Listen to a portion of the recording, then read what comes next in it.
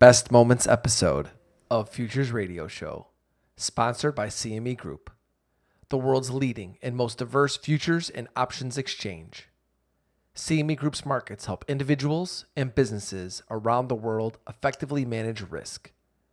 For access to free educational tools and resources for the active individual trader, please visit activetrader.cmegroup.com. Every day, traders and investors dive in to tackle the ever-changing markets to find opportunity. Futures Radio Show is your number one source for answers to the questions that all market participants want to ask. Veteran futures trader Anthony Crudele sits down with the most influential leaders and top traders in the industry. Now, here's your host, Anthony Crudele. Hello, everyone, and welcome to the newest episode of Futures Radio Show, where we will highlight our favorite moments of the show over the past month. But before we get started, I want to thank all of our sponsors: CME Group, Trading Technologies, RJO Futures, and Top Step Trader. So without further ado, let's dial into those top moments of the show this month. Talk to us about how someone goes about getting fundamentals on these crypto assets. Yeah, so it is interesting working for a company and that is purely kind of playing the TA world in terms of we have all the indicators out there that you'd ever want. And it is a little bit interesting for myself to say, okay, on the back end of things, we do have to look at this asset as an actual asset and try to see if there's any fundamental valuation that can really be applied here. So I know you mentioned some of the stuff from Chris Burnitzky in his book. I would say that's probably the gospel, if you will, when it comes to kind of fundamental research and diving deep into that. And some of the stuff they're doing now, Placeholder, is really, really interesting for myself. But looking at it further, I mean, there is a lot of research, whether it be academia, VCs, kind of token funds. Everybody's kind of looking at this and saying, okay, what does this currency want to be? Just like you value a stock differently from a commodity, from a bond to a currency and everything, we've got to value these cryptos differently based on what they want to be. So one of the first questions I kind of look at with Bitcoin, namely, is what does Bitcoin want to be? And I don't think anybody really knows right now because there's a lot of development going on and a lot of changes within the ecosystem, but there's kind of two ways to look at it. A, Bitcoin will be a store of value, so long-term store of value, a deflationary asset that's going to accrete value over time, much like gold is the easy one to point at. Alternatively, Bitcoin is going to be a payment system. I would tell you that some of the people at Lightning Network and kind of the second layer services that are trying to increase throughput would probably be in that camp. So looking at it from a store of value perspective, you can say, okay, is this a good store of value? I would say arguably it's a very good store of value if you look at kind of its lifetime value is up a gazillion %. And if you look at it from a payment perspective, you look at it from a transaction kind of volume and what is this kind of doing in today's world as a currency. So the fundamental one is interesting. You can look at the cost of mining a Bitcoin and what does that mean from an opportunity cost, and that kind of brings fundamental value to it for a store of value because over time, miners are still going to have to mine it and they have to bring some value to it. And you can say, okay, maybe this takes over gold. A percentage of gold's market kind of turns into Bitcoin because it's better at being moved. It's more anonymous. It's easier to transfer. It's more liquid, arguably. And you can say maybe in 7 years, Bitcoin will take over, let's just say 50%. You can discount that back depending on the growth rates you apply to gold's market value and the discounts rate you use for your investment thesis. And I ran some models on this, and it comes out to like $75,000 per Bitcoin based on current market assumptions and discount rate of like 15% or something. So there is a compelling story there in terms of it just takes over gold. Ignore silver and all the other store values or precious jewelry or anything like that. So there is a compelling story there from a store value perspective. The more interesting one for myself, because I'm probably in the camp of Bitcoin wants to become a currency, because I think that's probably what the white paper originally intended, considering the fact that the title was like a peer-to-peer cash system. And if you look at it that way, currencies by nature, or all currencies to date, again, we don't know what the future is going to be like, but all currencies to date have been kind of inflationary assets that their value over time is going to go down, their purchasing power is going to go down. Bitcoin's quite a bit different there. So we're going to look at it a little bit differently because it doesn't have a GDP. There is no central bank controlling it. The inflation is a weird thing to think about right now because there is no applied interest rate on it. There's really no purchasing power benchmarks to look at it over time because it's just a young asset. So one of the more interesting things, I think this came out of Crypto Lab and Willy Woo on Twitter, was this idea of like an NVT ratio, which is essentially the network value, so the entire market cap essentially of Bitcoin, compared to basically the number of transactions and transactions volume being sent through it. So if you think about it, if I want to purchase a Bitcoin and use it as a currency, I have to enter the market, and that's going to bid up the price. As more and more people use the currency, there has to be more entry into the market, therefore increasing the price. Over time, this ratio has hovered between like 25 and probably 85 is kind of the healthy range, is when kind of Bitcoin was kind of steadily going up over time. You had the big bubble back in 2014. We reached like 177 on the ratio, and we crashed very, very quickly back down in Bitcoin. The scary thing today is that we all thought we had that big correction coming out of January where we hit 19, 20,000. Now we're down to 6.5, and we think, okay, maybe this is a good consolidation zone.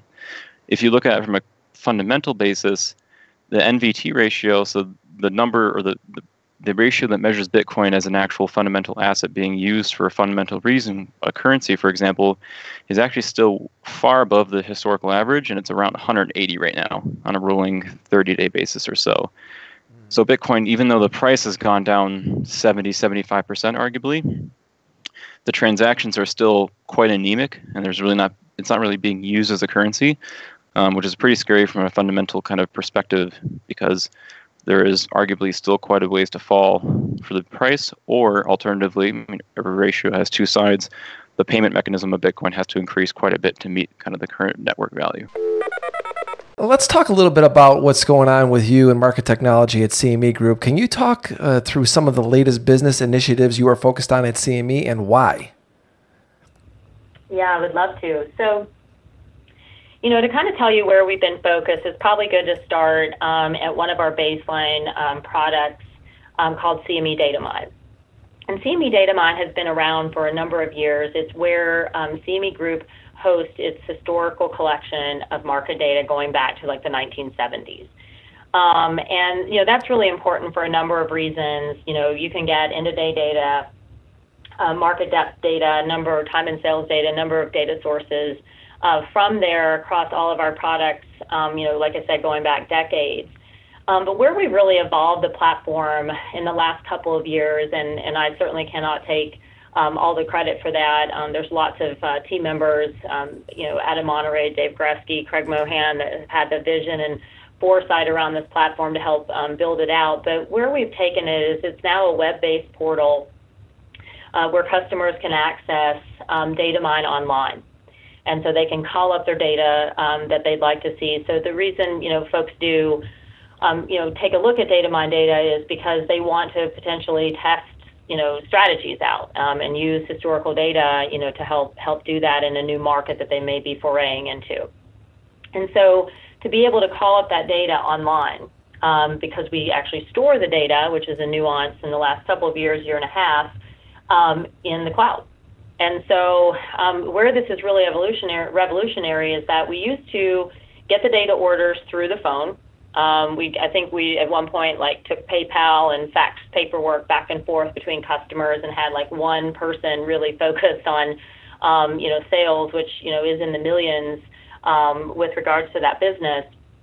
And we really wanted to improve the customer experience. And so having them call it up on the web-based portal and be able to have data in a matter of minutes, if they get through the paperwork and get their shopping cart full and make their decisions pretty quickly, was pretty revolutionary. Because what we used to also do is we would mail. So you'd call up this guy on the phone, you'd fill out your paperwork, you'd send your PayPal through, and then we'd ship you a hard drive. Maybe a week or two later, containing all of the data. So to have, like I said, now this most efficient way to store and deliver the data, we're very proud of where we have come. And what's really exciting about that, as far as some of the latest initiatives, is that we have launched an alternative data business. And by alternative, I do not mean radical. I just mean different.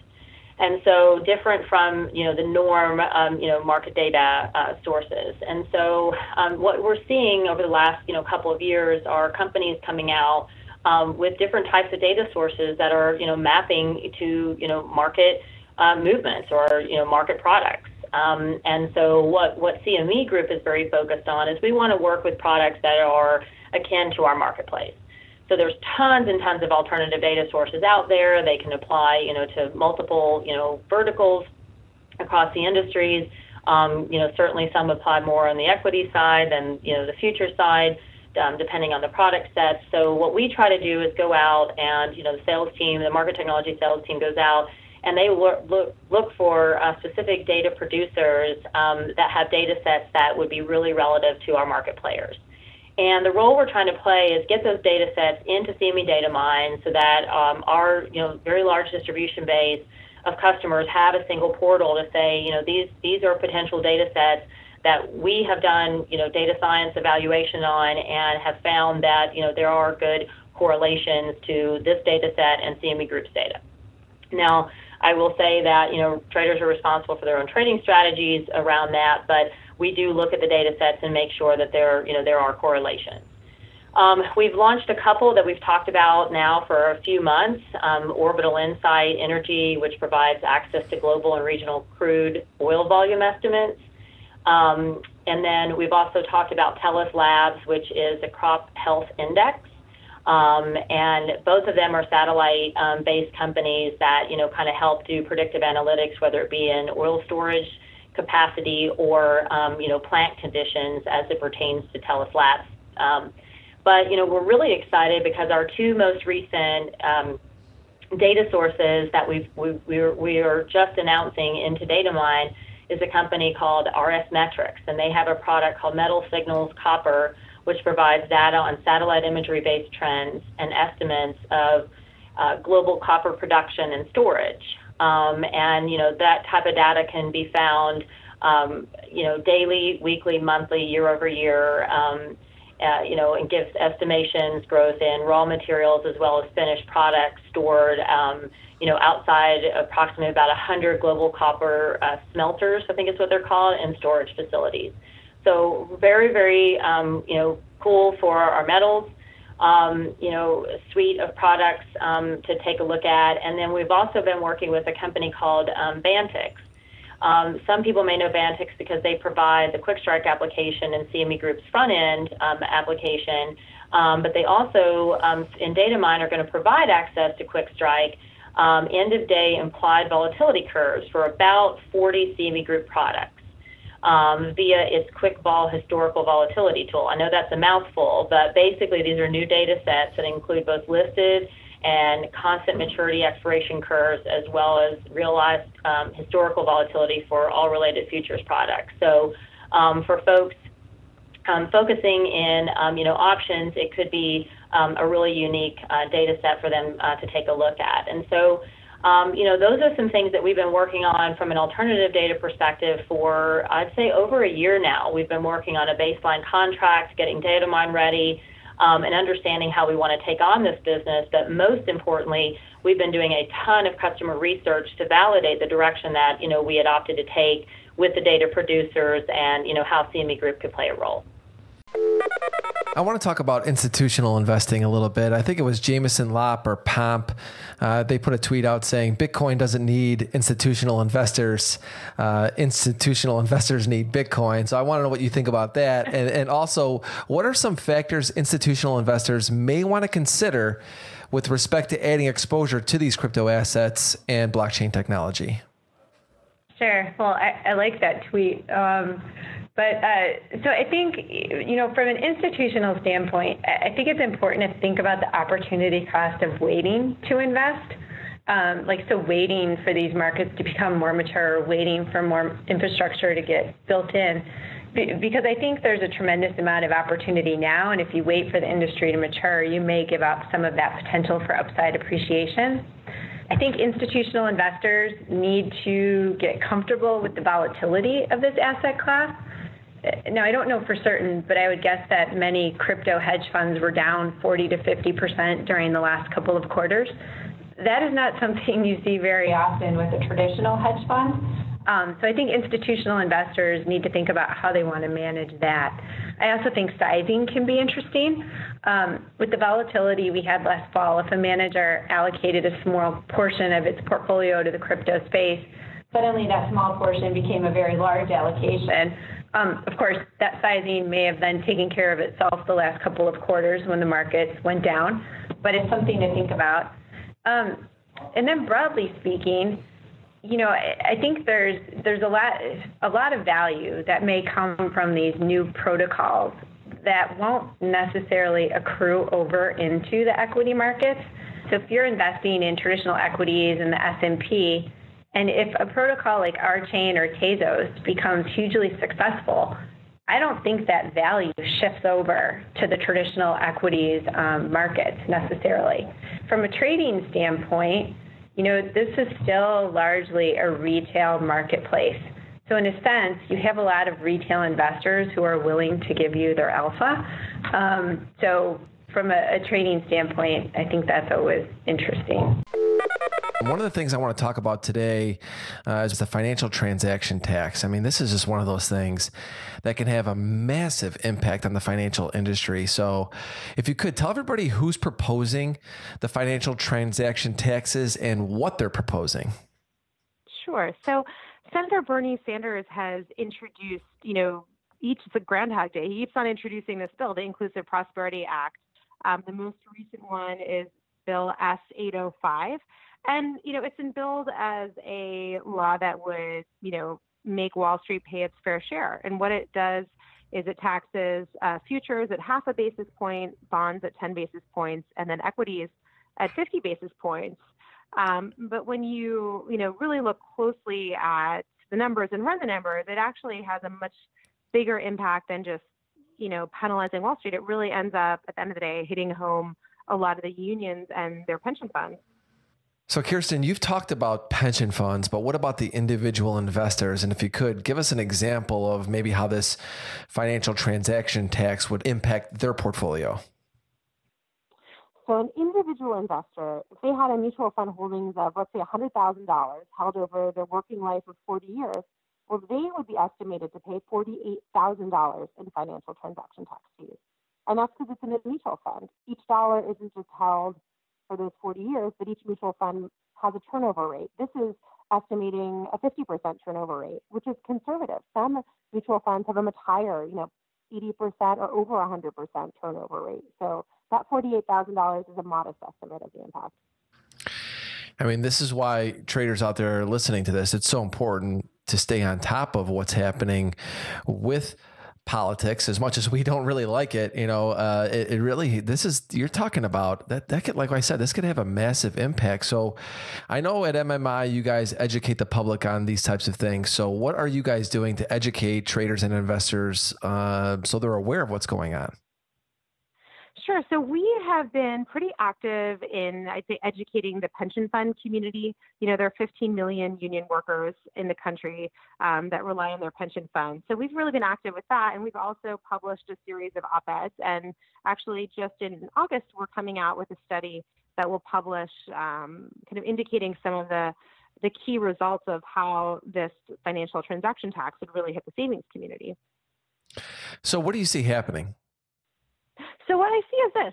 It seems like a really small tax, right? And the proponents of it are like, well, you wouldn't know the difference. It's just 50 basis points. It's just a couple pennies on whatever the trade is. But actually, when you look at these, like pension funds in particular, as large aggregators of investment, if you can look at one of the biggest federal employee pension funds, and they would be hit with $250 million annually in this tax alone. And then you look at if you have a local tiny pension fund with $2 billion in assets under management, they'd be hit with $4 million a year.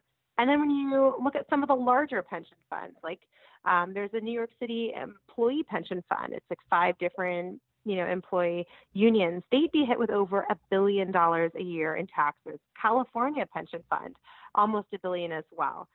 So you're looking at pretty large numbers, and especially for pension funds, some of these are already teetering on, trying to pay off the benefits of so many people who are retiring, and they're trying to manage their investments efficiently. And this is something that, is seen by that community, I think, as a real setback. Hey everyone, I hope you're enjoying the show so far, but I want to pause and thank one of our sponsors, Trading Technologies. I started using TT in the year 2000, and I love it. It is by far the best trading platform I have ever used, and I've tried a lot of them. With TT, you can trade the global markets from virtually anywhere in the world. They are the world's fastest commercially available futures trading platform. I highly suggest you go try out TT, especially because you can try it for free. Just go to tryttnow.com and set up your account. You know, thinking about you with your kid now and, you know, building the startup, like you said, I really don't have a lot going on. I want to talk about the grind of entrepreneurship. Nothing is handed to you as an entrepreneur, and all you do at the beginning is write checks. You don't cash them. So talk to us about how the grind has been for you. You know, it's a great question. People think a lot of times entrepreneurship is just all about kind of like the way you look and getting up on Forbes magazine and posting out on LinkedIn, this and that, and the other thing, and making yourself kind of portraying this brand of who you are. I'll tell you what, I really love what I do. I have a passion for what I do. I believe we're making a difference. But you know what? Every single morning I wake up and I'm like, heck, I've got to pull myself to do this. And why? It's because it's so hard. It's so hard. It's not the magazine covers, right? It's not TechCrunch. That is the tip of everything else. I think that real entrepreneurs, the ones that succeed, are the ones that don't give up easily, and the ones that are the 90% of the iceberg underneath the water that really have it in them to hustle every single day. Gosh, it is a grind. It is a grind when you're dealing with so much uncertainty, ambiguity, with the solution in the market, the problem that you're solving, raising venture capital, doing 20 things at one time. I would say it's the most challenging challenge I've ever. It's the most challenged I've ever been, but I would also say it's the most rewarding place that I have been in my career, without a doubt. How did you go about picking the traders for the book? So, like I said, I had a head start. I knew Michael Marcus, who was chapter 1 of the first Wizards book, and Michael had the analytical. You know, my first job in Wall Street was a research analyst, and Michael was leading that position, and I was replacing him, and he was leaving to become a trader. We met, you know, when he was moving his stuff out and I was moving in, and we talked a little bit. And then he was still in New York for a few years, and we used to get together regularly for lunch, you know, and stuff. And he got a trading job, and I soon, I quickly discovered that he had a great talent for trading, and was no matter how much work I would do, you know, he was whenever we disagreed on anything, he was right, I was wrong. So anyway, I kept in touch with him, and he went on to Commodities Corp, and he became phenomenally successful. So by the time I did Market Wizards, he had literally turned this $30,000 account they gave him into $80 million, and he had done that with them pulling out 20-30% a year for expenses. So this is a guy who, and this of course the markets were right for his style and everything else, but he was making triple-digit returns, you know, year in, year out. I think he wouldn't be surprised if he had years with 4-digit returns. He was just incredible. But in any case, I knew him. I also knew Bruce Kovner, because Bruce Kovner was hired by Michael and was also a client.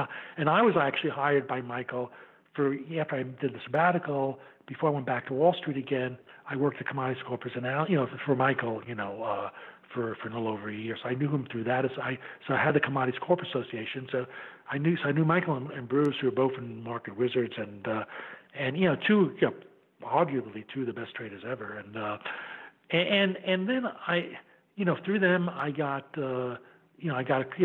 Ethicoder through Michael Marcus, because after I interviewed Michael, he was reluctant to do the interview. Finally agreed. We spent a whole day, literally a full day, interviewing. Through walking, sitting, meals, everything, and just kept the tape recorder running. But at the end of that, end of the day, after he had dinner that was cooked by his chef, he pushes a chair back and he says, who you should speak to that Sakota. And I said, who the hell said Sakota? And he says, well, he's the best trader I know. So when some guy who's turned 30,000 to 80 million tells you about the best trader they know, you're interested. And so he got Ed on the phone, and instead of going back to New York, I changed my flights, and Ed agreed to do it, and sort of flew out to Nevada to interview Ed.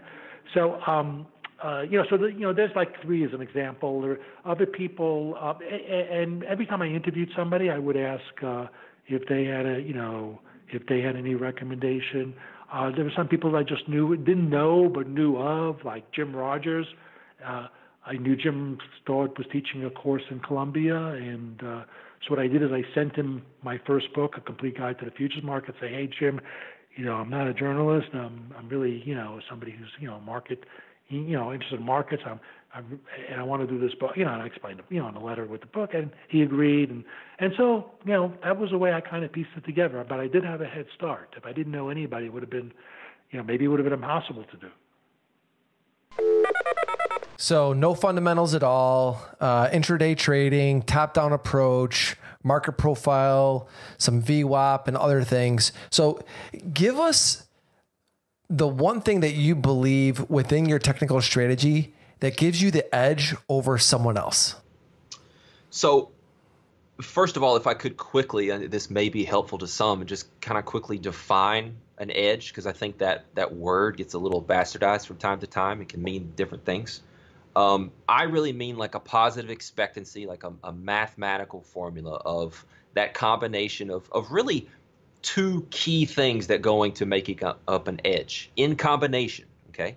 And that is the win percent, how often you're correct, and then the ratio of the size of your average winning trade compared to your average losing trade. If you've got those pieces of information, you can calculate whether you have an edge or not, okay? So for me, what gives me an edge, it's very multifaceted, but I could really care less about the win percent side of the equation. In fact, long-running history of my trading results put me at around a 45% win percent trader. So essentially, I'm wrong most of the time, okay? But what that contextual piece allows me to do, and understanding truly the way markets work, the market dynamics, as I call them, identifying if this, then that, and being able to see where the market's likely to go as a destination and where it's not. That, my friend, frames the risk-reward side of the equation, which then frames, as long as you execute your strategy properly, your average winner compared to your average loser. So that's where my edge truly comes from. I really, really strongly believe in randomness in markets, like really, really deep down. I don't just admit it on like a kind of a conscious level, but deep down subconsciously to my core being. And I think I've had to develop this out of necessity to be a profitable trader. I believe in that randomness. I truly believe that I do not know and can never truly know what's going to happen next. And in fact, my outcome, my stats show me that I'm a coin flip trader, whether I'm right or wrong. But I put true market generated risk reward in my favor. And by the way, not to get on a soapbox here, but a lot of traders I talk to, they create risk reward out of thin air. You know what I mean? Yes. They're like, okay, well, my stop's always 10 cents, so I take profit at 20 cents for my 2-to-1. You're just creating that like magic. You've got to learn how to identify true risk reward present at any point in time for a market. Thank you for listening to Futures Radio Show. If you have any questions or comments for myself or my guests, please visit futuresradioshow.com and sign up to be a premium member for free. If you enjoyed the show, Don't forget to leave us a review on iTunes.